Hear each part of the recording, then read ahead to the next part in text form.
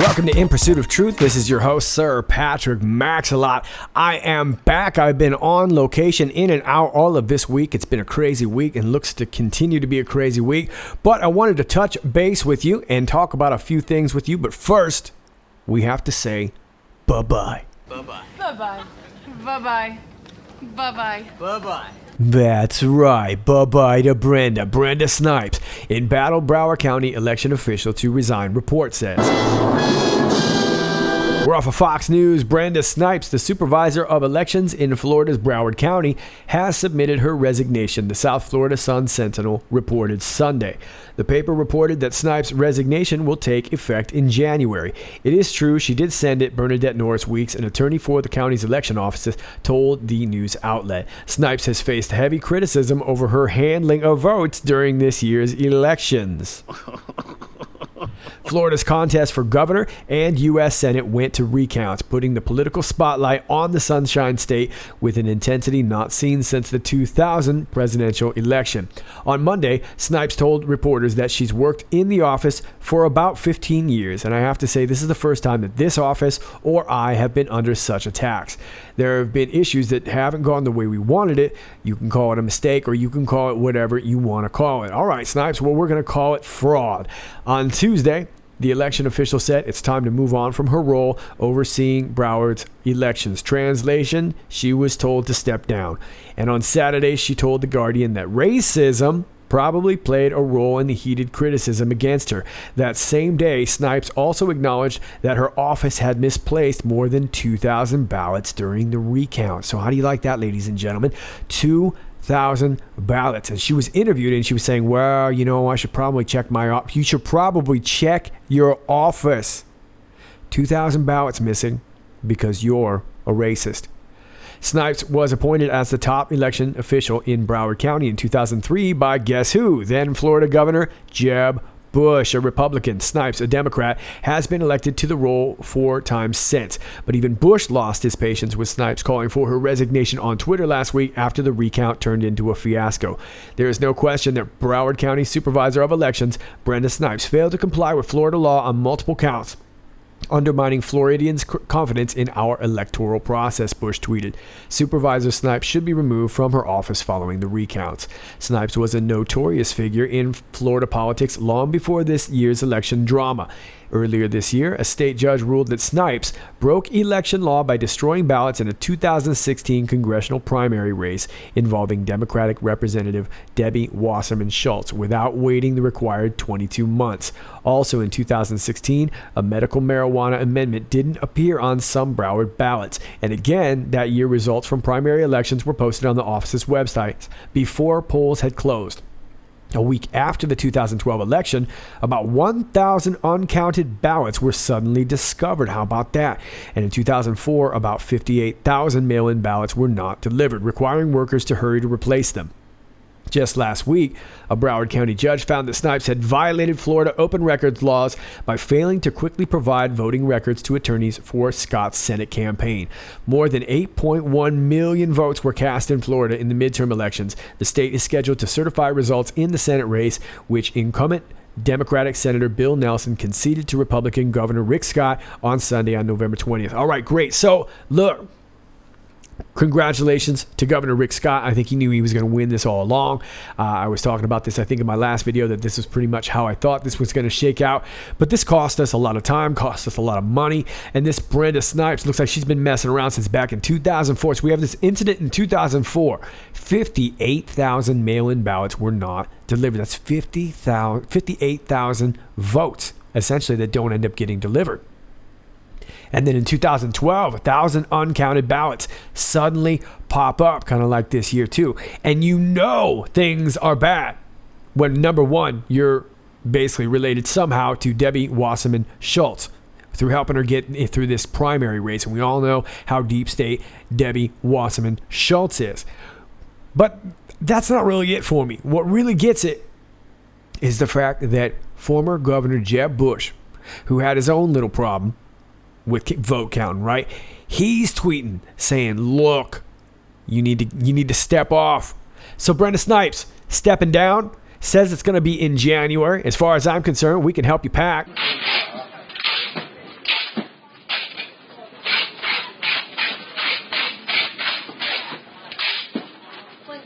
Ah, see how easy that was there, Brenda? And she's not the only one packing it up, packing it in. Let me begin on the NewYorkPost.com. Michael, lawyer to the porn star Hotties Avenatti's law practice, evicted from offices.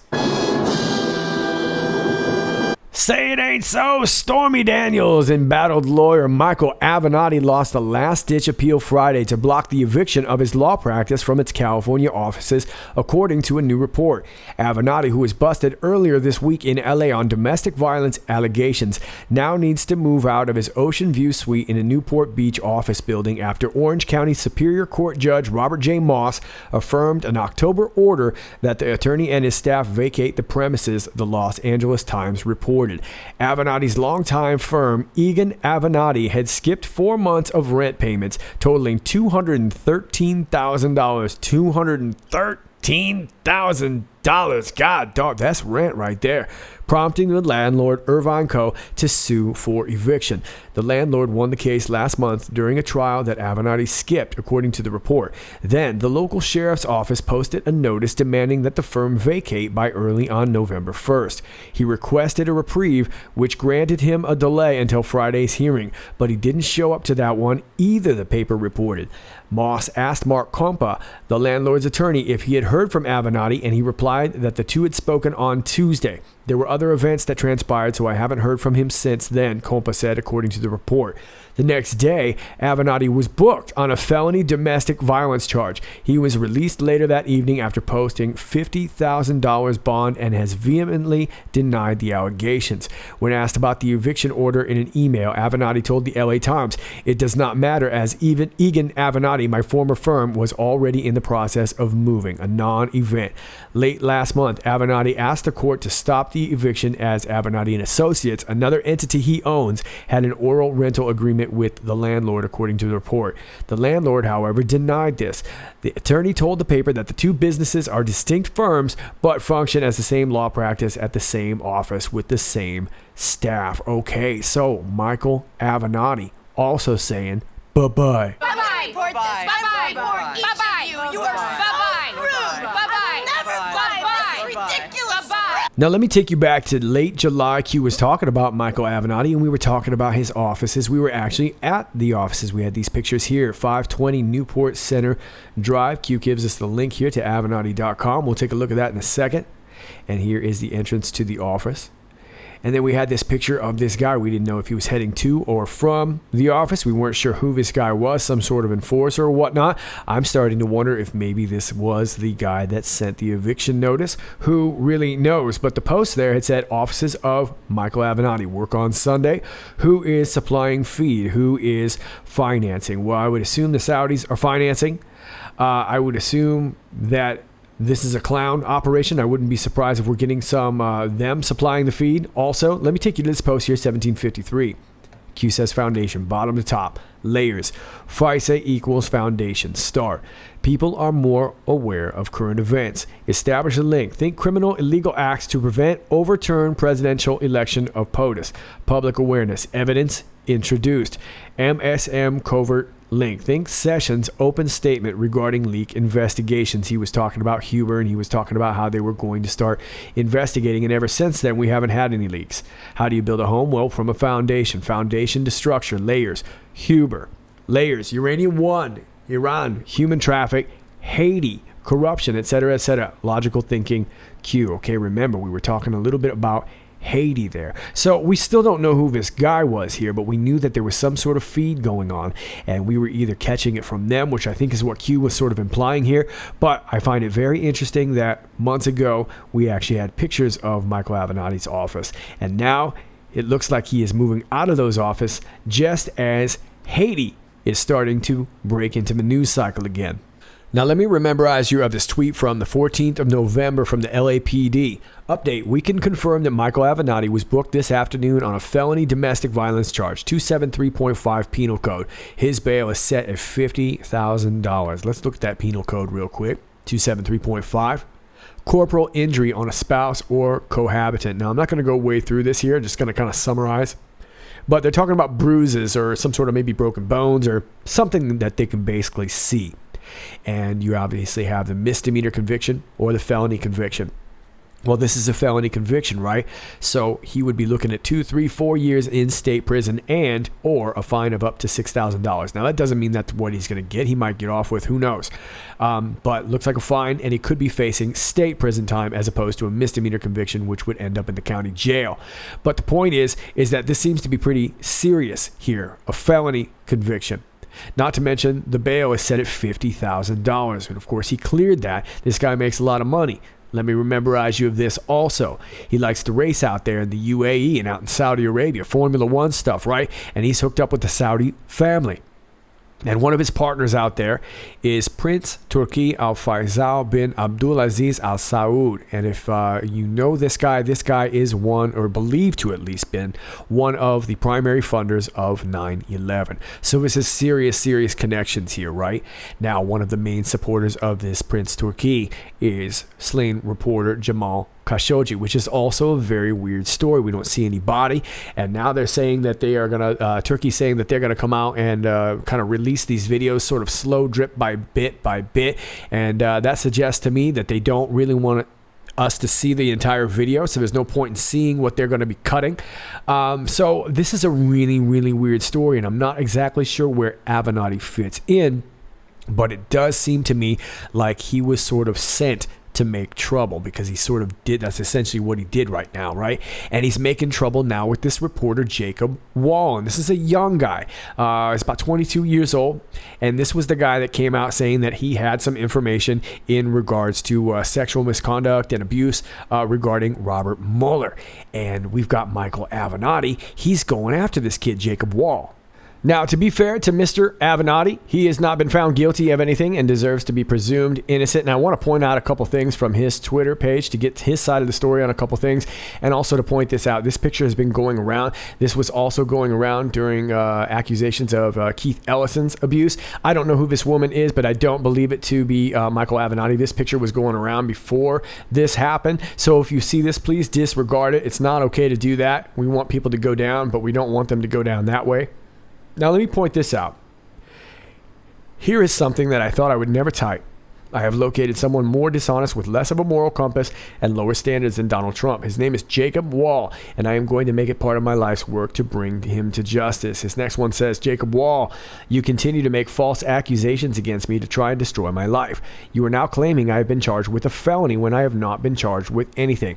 I promise that you will soon learn the hard way that you are not as smart as you think. Okay, well, that's fair enough, but we just looked at the tweet from LAPD, which means they would also have to be lying, correct? They said it was a felony. $50,000 bond, and it was indeed you, Michael Avenatti. So this is very interesting. Let me point out a couple more here. He has one where he is talking about Mueller. Here it is. First Mueller and now me. When we are fully exonerated, I am coming for you, Jacob Wall, aka Surefire. Okay, so now he has this kind of vendetta for this kid, Jacob Wall. Now, I shouldn't call him a kid. He's a young man, 22 years old or whatever, and he has this quote-unquote Surefire intelligence. Now, this doesn't seem to be very legit. Looks like he was making up some of the names of the people that were on there, saying people that weren't related to this Surefire intelligence. I thought of Surefire. I thought of Crossfire. But this was the guy that was talking about Robert Mueller, going after Robert Mueller. He had this, information that was going to lead to this sexual abuse that we've never really heard much more about. Turns out it probably was a bogus story. And if you go to contact this Surefire intelligence, you end up getting Jacob Wall's mother, and he was getting clowned online about that. So this is a very strange story. But if it wasn't such a big deal, why would Michael Avenatti, considering all the things that he's going through right now, why would he go after this Jacob Wall all of a sudden? Now, he says, I want to be clear. I did not commit domestic violence, nor have I ever committed domestic violence. I did not strike any woman, nor have I ever. I did not strike my ex in the face, nor did I hit anyone else in the face. I am a decent man, and I look forward to being exonerated. Okay, well, fair enough. We'll see how this shakes out. But I have a feeling that this story has a lot more than is being told. I'm not exactly sure where Michael Avenatti fits in, where Robert Mueller fits in, where Jamal Khashoggi fits in, where Haiti fits in, but this is all very strange, and I'm keeping an eye on you, Buttercup. That's right, you, buddy. I'm keeping an eye on you. Now let's talk about Haiti a little bit. I'm taking you over here to this thread that I'm going to work off from Corey Lynn at Corey's Digs on Twitter. She does a lot of great research and puts them into great threads on Twitter. I suggest you follow her if you are over here. She does a lot of good work, in particular in regards to Haiti. So I'm going to work off of her thread because essentially this was all the same stuff that I was finding out yesterday too. She put it in a great thread, and I think it's just a great way to get kind of a basic idea of what's going on here. But here's her first post. U.S. forces have taken control of the international airport in Port-au-Prince, Haiti. I was receiving reports on this over the weekend while I was away, but there is more to this story not being reported on. And of course, I had heard of this too, but they weren't saying much, and nobody was really reporting much other than the embassy. And then I had seen this tweet too. There was an alert put out on the 15th regarding large demonstrations planned for November 18th in Port-au-Prince and possibly other locations. I've scoured the internet and I'm not seeing the reports I am receiving, which are far more concerning. Yeah, it was the same for me, Corey. So here is the tweet here from Travel State Department. Hashtag Haiti Security Alert. The embassy has received notice of large demonstrations planned for November 18th in Port-au-Prince and possibly other locations. Out of an abundance of caution, the embassy is requiring its American employees to shelter in place beginning at 12 p.m. on November 17th. And if you go over here is their latest tweet. The embassy is requiring its American employees to shelter in place until further notice. Pending no further changes, the embassy plans to announce a delayed opening from 10 a.m. Monday to November 19th. So this is very, very interesting. What are they protecting over there? Is somebody trying to get to our ambassadors? Are they trying to get to reporters over there? Not really sure. Let me take you over here to Al-Jazeera. Haiti anti-corruption protest turns violent. At least one killed and dozens injured as thousands protest in Haiti over the latest corruption scandal. And look at that. And I've heard that it's really high into the thousands. It's probably a lot more than being reported. That's a crowd right there. At least one person has been killed and dozens injured as thousands of protesters took to the streets in Haiti's capital, Port-au-Prince, over a corruption scandal, with some marchers calling for the resignation of President Jovenel Moise. A report by Haiti Senate published in August accused two former prime ministers and former government officials of embezzlement, abuse of authority, and forgery stemming from the use of funds in a Venezuelan oil loan program. Let me see if I can get this even bigger. There we go. Moise, in a speech on Wednesday to mark the anniversary of the death of Haiti's founder, Jean-Jacques Dessalines, pledged that a trial would be held to get to the bottom of missing funds. Once you have stolen government funds, whether you are part of the government, of the opposition, or of the population, you'll have to face justice, Moise said in his remarks in the northern town of Marchand Dessalines. And here are some pictures here. It looks like they're going absolutely knocking futs over there. The police aren't really sure what to do. Now, these guys have always been Clinton lapdogs, if you will. And of course, we know that the Clinton family has lots of businesses over there, going from way back into the 80s and 90s when Hillary Clinton's brother went over there and was gold mining. And of course, they had lots of construction projects and different medical companies going through there. And that's not even talking about groups like the Red Cross and the Clinton Foundation that were actually exporting children. And you had Laura Silsby's arrest, getting them out of Haiti, going into the Dominican Republic. So this is a massive, massive human trafficking problem over here in Haiti. Now, all of a sudden, everything is busting down, and that was the correlation that I was kind of making with this Michael Avenatti thing. I feel like there's some sort of connection there with the Saudis, Avenatti, Haiti, and human trafficking. Okay, back to the thread. Number 4, I am being told that the Michel Martelly Jovenel Moise regime, lapdogs of the Clintons' PHTK drug traffickers, have assassinated 50 people in the past 48 hours in the La Saline neighborhood of Port-au-Prince. Random killings are also taking place all over the country. I was sent videos that I absolutely will not post due to how graphic they are. Instead, I took a screenshot from one of them. There are wild pigs eating the bodies of those killed. This is horrific. This really is terrible. So 50 people dead. And these are all the Clintons' goons, right? So they're either shutting people up, making sure that nobody's going to talk, right? Number 6, the people of Haiti have long been protesting the theft of $3.8 billion by corrupt former and current government officials of Haiti, along with Bill and Hillary Clinton. Yeah, this goes all the way back to Aristide.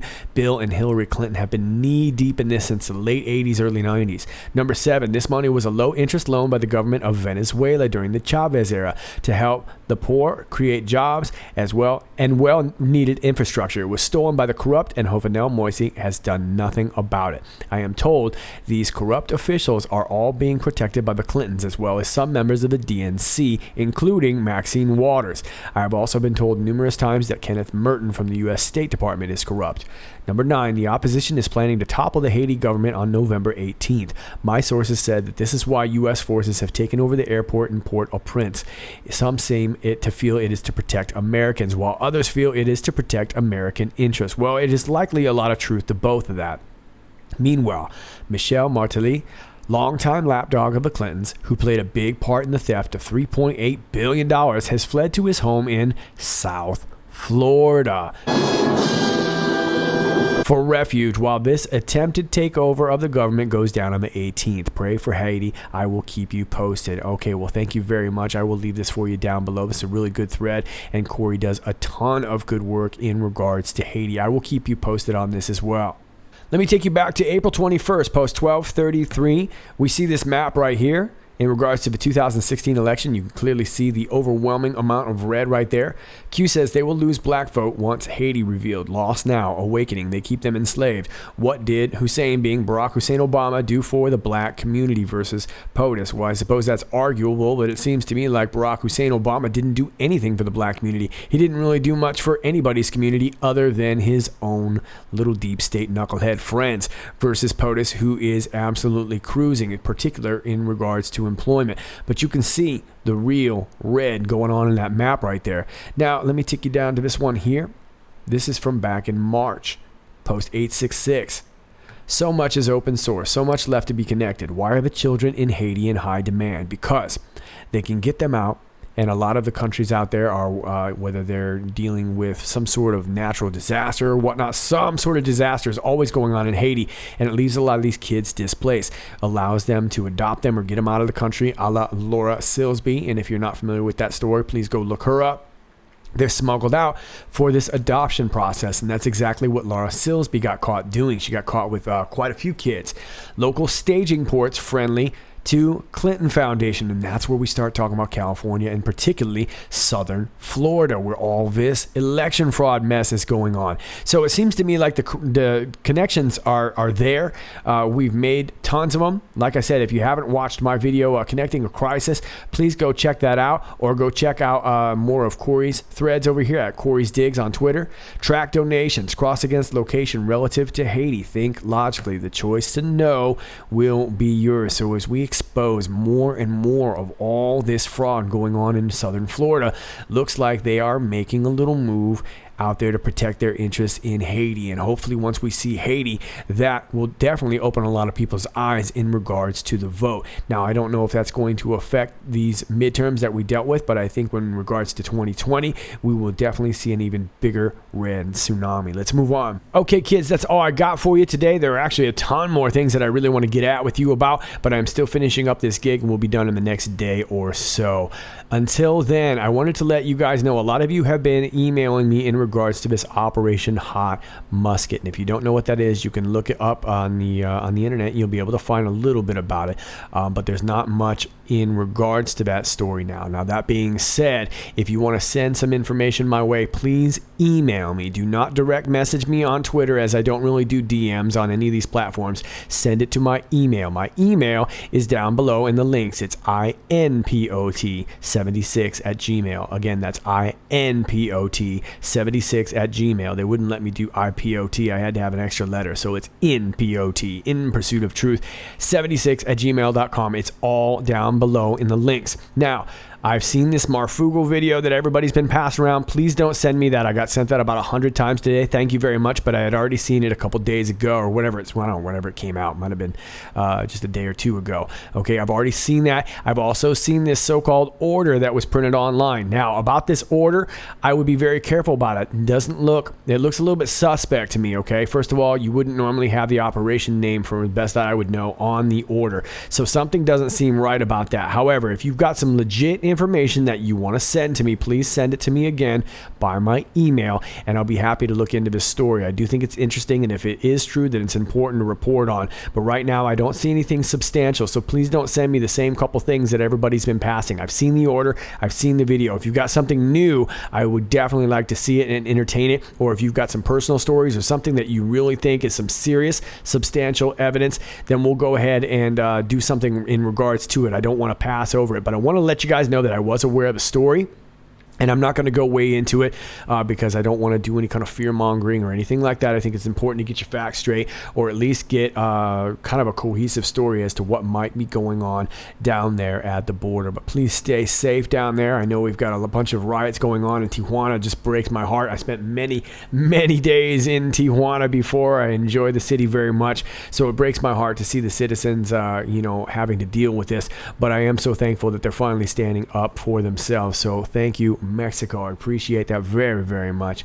All right, kids, that's all I got for you. As always, if you like this video, please click like, share, and subscribe. Thanks to all of you who do that already. And if you're new to my channel, please keep in mind that from time to time, you will be unclicked, unliked, unshared, and unsubscribed. So when that happens, do me a favor. Don't call me because I'm not tech support. I don't know what's going on. Just go back to my channel and look for me again and re-click, resubscribe, and re-notify yourself. And it will be all good. It's just a little game that we play with social media. All right, kids. All my links are down below. I'm over here on Twitter quite a bit at IPOT1776. That's at IPOT1776. You can also find me on Gab, and you can find me on BitChute, although I do not tend to interact over there a lot. I do post regularly over there. I am also on Brighteon.com. That's Brighteon.com, and all those links are down below. All the links from the stories today are down below. Everything is down below in the video description. Okay, kids, that's all I got. This is Sir Patrick Mac. Until next time, stay aware.